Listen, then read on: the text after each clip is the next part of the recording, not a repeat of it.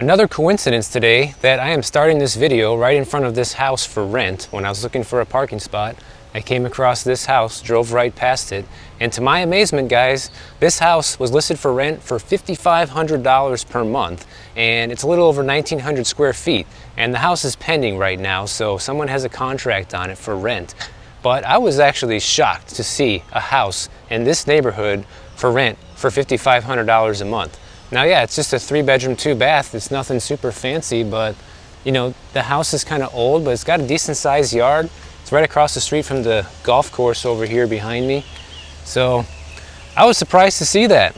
Now, the first thing is the average household income in the US right now is about $87,000 a year, and the median is almost $62,000 a year. But the crazy thing is, if you make $70,000 a year or less right now, you technically cannot afford the median price home in the United States right now, which is hovering around $407,000. If you make $70K a year, that means before taxes, you're looking at about $5,833 a month. And on a house that's $407,000 with a 20% down payment and a 5.4% interest rate, guys, you're looking at a monthly of $2,272 per month, which comes out to 39% of your monthly income.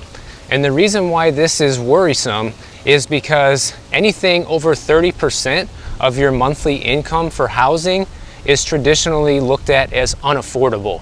So this is pretty scary that it's coming to the point where many households across the country, by definition, cannot afford to own a home. And that's, like I said, with a 20% down payment. In my experience, a lot of people that buy single family homes especially, they don't even have the 20% down payment. They'll use a conventional loan where they put down maybe like 5 or 10%. In some cases, people will put down more to lower their payment. But most of the time, people will put down 5 to 10% for a traditional mortgage, 30-year fixed on a single family home. So that number, that monthly payment would be even higher if you're in that boat right now. And this is definitely a nationwide issue. It's not just in expensive areas like Florida and California and New York. The article that I pulled this from was from my Florida Realtor Association, and they basically said that about 90% of the counties across the United States saw home prices overtake wage growth. So it basically means that the price of homes, you know, the cost of ownership per month is going up faster than people's wages are going up. And that's something that I kind of touched on a couple videos ago with the rental rates. The same thing's happening with that as well. So with the cost of housing going up across the board, whether you're a renter or a buyer right now, it's making it very difficult for the average person to even afford anything reasonable. But the good news about this is, even though this is happening in 90% of the counties across the country, it's not everywhere. In fact, this article mentioned that there are still some places where you can basically own a home for about 28% of the average incomes. And those areas are Chicago, Houston, Philadelphia, Minneapolis, Columbus, Ohio. And so most of those places are in the Midwest, with the exception of Houston, which is not a huge surprise. I'm from the Midwest, and I know that housing there is traditionally very cheap, especially compared to more desirable areas across the country. But I don't know, guys, you tell me. If you live in a really happening area like I do, like Miami, for example, or maybe you live in LA or New York, one of these really expensive areas, would you be willing to move to the Midwest, a place like Columbus, Ohio, or Chicago, or Houston, someplace like that, to save money on housing? Let me know in the comments. Now, in one of the most recent meetings with Congress and the Biden administration, they came up with this idea to potentially cut the premiums that are being charged for FHA loans. So when you have an FHA loan, you pay mortgage insurance because you're only putting like 3.5% down in many cases. So they're talking about cutting those premiums so that way that'll save the average FHA buyer $50 to $70 per month right now. Huh? $50 to $70 per month? Do you guys think that that's a significant enough savings to actually make it worth cutting those premiums? And this is where I would say the government is always too little too late, guys. The fact that they're even talking about doing something like this, to me, is just nonsense, really. Because who is this really going to help? First of all, right now, if you're an FHA home buyer, the chances of getting an offer accepted if you live in a competitive market is very difficult, okay? I recently did a consulting call with one of my subscribers, and a lot of people don't know this, and I had to let her know this. If you're buying a condo with an FHA loan, then there's a list that the FHA has of approved condos across the country that you can buy in. And basically, if that condo is not approved, you cannot buy it. In some cases, they might do what's called a spot approval, where you can try to get the building approved, but the criteria is very strict, and chances are it's not going to pass for approval. Really, when you're buying FHA, it only really helps you if you're buying a single family home in a very non-competitive market. So I really don't think that the government tossing around ideas like this right now is really going to help anybody. Another house for sale right behind me. They don't have any more flyers left. Looks like it's empty inside. Let's see what this one's going for. Now, one thing we've been talking about here and there on the channel is institutional investment. And I came across another article from the Florida Realtors Association today, talking about how 1 in 10 homes in Orlando right now is purchased by an institutional investment firm. So that's 10%, guys, of all the single family homes being purchased in Orlando being bought by institutional investors right now. And in my last video, a lot of you guys were talking about this in the comments, that institutional investors should be banned from buying houses. And I think I'm with you guys on this one. You know, I would basically say that institutional investors should not be allowed to buy single family homes or condos or townhouses right now in residential neighborhoods, because these are the type of properties that are in most demand and needed right now by the American people that actually need a place to live. So that's the first thing. But I will say they should still be able to buy multifamily properties, because most regular home buyers are not going to buy a multifamily property. Most of them. Maybe some of you will if you're into the house hacking situation or something like that, but most will not. And a lot of multifamily buildings are huge, right? We're talking 80 units, 40 units, something like that. So that's something most home buyers will never want or need. So there's still an important need for investment in those type of housing. But the thing about those is a lot of times people stay in them temporarily, right? It's a stepping stone in life until you can move up to having your own home. So we still need investment in those type of properties, but we definitely don't need investment in more properties like this, which is another one that I saw for sale. Now you can tell this house is a lot older than the previous house, and it's also on a corner lot and looks to be at least twice the size. So I'm assuming the price here is going to be a lot more expensive, even though it doesn't seem to be remodeled. But let's see. Now, one thing that the Fed recently said is that they want to make all of the American people aware of the fact that they're doing everything they can right now to tame inflation. And the reason why they want Americans to know this is because one thing they're afraid of the most right now is consumer sentiment being low and people being afraid of inflation. Because what's going to happen is the more people that are afraid of inflation, then the more people are going to be demanding higher wages from their jobs and possibly buying up more goods to stock up, you know, in fear of prices going up higher. And because there's this big concern over inflation, there's a higher chance that consumers will start acting this way. And that's one of the Fed's biggest nightmares right now, because it could totally backfire now that people are aware that there's a recession on the horizon. We're in one now, and they're worried about inflation. So this is now a new problem the Fed has to battle, basically convincing American people that inflation is not that bad and they're going to get it under control. What they're saying right now is clear communication with the American people and tighter credit right now is what needs to be focused on to start curbing inflation. But I think the cat's out of the bag. It's pretty safe to say that all of us are aware that we're in a recession, or some people are just waiting for it to be announced officially at the end of this month. Everybody's aware of this now. Everybody has seen the price of many different goods go up over the past few months, so it's not like a surprise that this is all going on, guys. But if you want to understand more about this whole situation with inflation that we're in right now, I think a lot of people don't really fully understand just how bad of a situation this is. And I'm not saying this to be a doom and gloomer. I'm saying this so that everybody who watches my videos is aware of the real situation. Inflation is by far the biggest threat to our country right now, guys, because inflation is most likely higher than what the government's saying it is. And because of that, people are getting scared, so that's something the Fed needs to battle.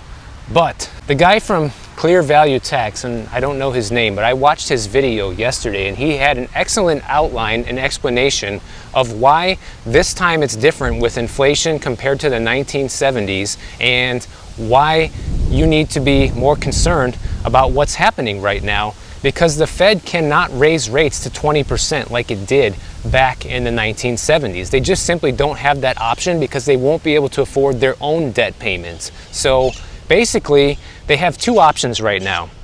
They can either crash the economy real hard, real fast, where the prices of everything go way down, and then they basically solved inflation at the expense of basically causing a huge recession or depression, or the alternative is to kick the can down the road and have a new inflation target to where it's maybe around 4% or so. And if that's the case, then the real inflation numbers will probably be double, around 7 or 8%. And essentially what that does, guys, is it causes prices across the country for everything that we buy to double every 10 years. And that's how kicking the can down the road ultimately will be the doom of this country. So they're in a very, very tight position right now where they need to either raise rates really fast and higher than they expected to basically tank everything and cause a depression overnight, or kick the can down the road and we all suffer big time in a decade from now when everything is completely unaffordable.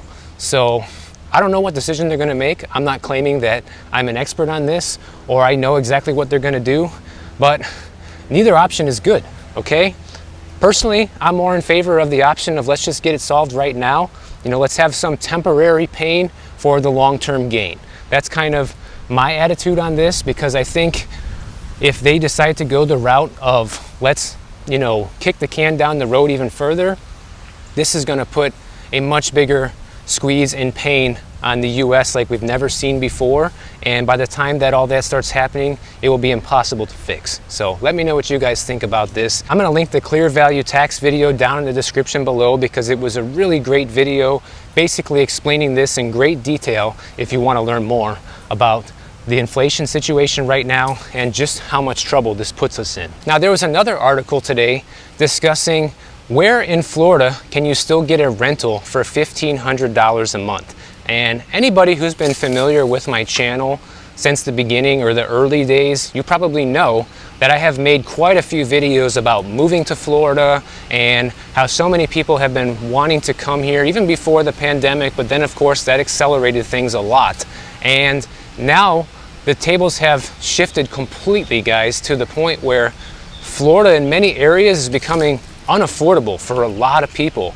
And now it's becoming a challenge to find a rental for $1,500 a month or less. So let me share some of these statistics with you guys because it's just absolutely crazy. So Florida's median rent price just hit an all-time high of $1,726 per month in June, okay? And just 1 year ago it was about $1,400. So that's over $300 a month more just 1 year later for the median rental here in Florida. But the median household income in Florida is about $57,000 a year, almost 58 grand. And to be at that 30% affordability rate like we were talking about earlier in the video, then your rent would need to be around $1,450 a month. Now obviously $1,500 is above that. And because it's becoming so difficult to find a place like this is pricing out most Florida households from being able to afford even a rental now. So I want to make everybody aware of this because I know there's a lot of you out there that are still looking at wanting to move to Florida and things like that. So it's really important that you understand the new reality of, Florida used to be a really quiet retirement area, and basically the dream for many retirees to come down here. But just be aware of these numbers as you're considering a future move to Florida, because it's probably just going to continue to get more expensive down here for the most part, because the demand seems to be insatiable. Now, I'm not saying Florida is immune from a housing market crash or anything like that, especially in areas where the market has gotten really overheated. However, the demand to be here is just insatiable, guys, let me tell you. And as a local, I can attest to just how many people have been coming in, how much prices have gone up because of that. So of course I have the links to all these articles I'm discussing here linked down below, so you guys can always check them out for yourself. And this was a really long one, so I'm not going to go into a lot more detail on this, but there's a couple interesting other things that they mentioned in there about the rental situation. They interviewed a realtor for this article, and the realtor said, if we get somebody that calls the office that's looking for a rental for $2,000 a month or less, we say, sorry, we can't help you. Go on Airbnb or just scour the internet. This is the answer you're going to be getting from people.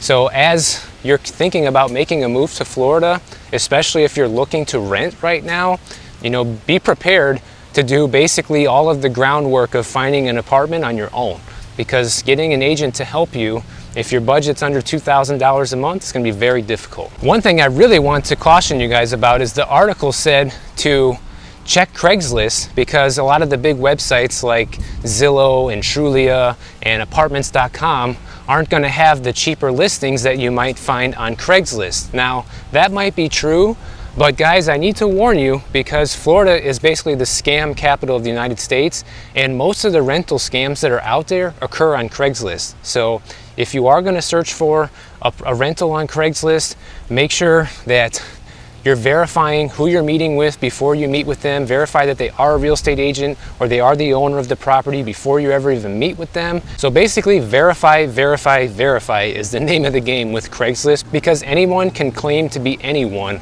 on Craigslist. And the biggest scam is like, hey, I'm the owner of this place. They somehow get the keys to some vacant property. They'll show it to you, collect a deposit from you or an application fee, and you never hear from them again. So just make sure that if you're going to be looking for rentals in places like that, that you're doing your due diligence. So fair warning. And one last thing I want to add from that Florida rental article is it says that a lot of people who are being priced out, especially locals right now that can't afford a place to live, are people that have a below 600 credit score. Now, I'm going to go right on record and say, guys, I don't feel sorry for people in that position, because everybody is responsible for their own financial and life responsibilities, okay?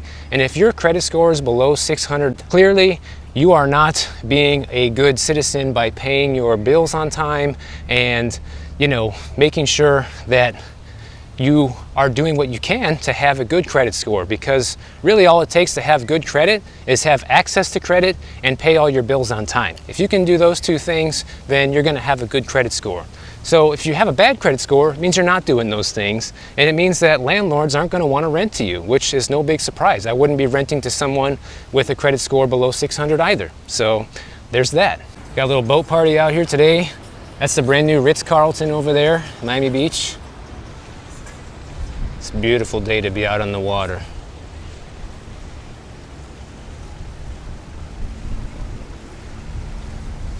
Now, there was a great article today from Forbes talking about how the great appreciation for real estate is over.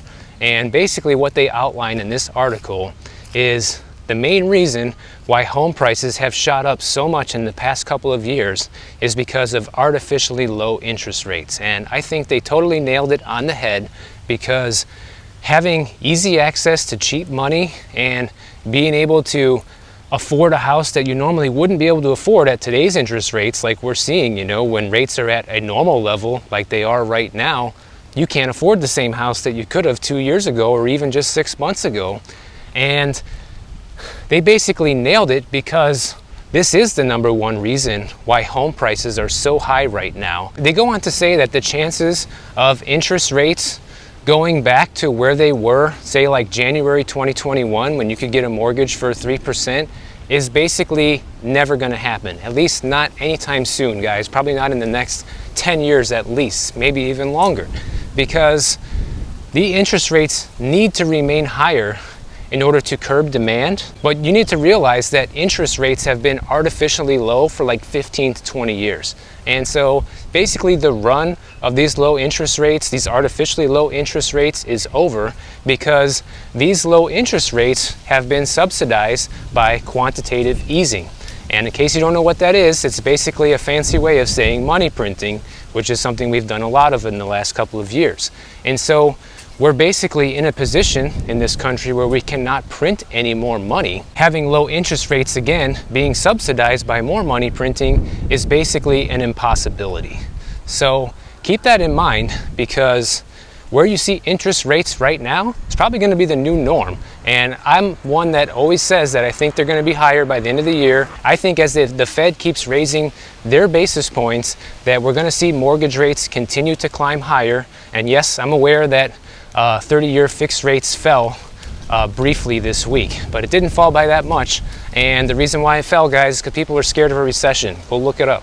So that's the reason the rates fell, and it's temporary, I guarantee you. Even with how much those rates fell, it's not going to do diddly squat when it comes to being able to afford a house right now, because prices are still up. The fall of home prices has not caught up yet with the high interest rates. But it's not all bad news with these higher interest rates, because some of the possible outcomes this article outlines that could come from having interest rates kind of remain high like this is that investor demand for real estate will likely continue to fall, because their profit margins on being able to rent a place out are going to keep falling as well as interest rates keep going higher.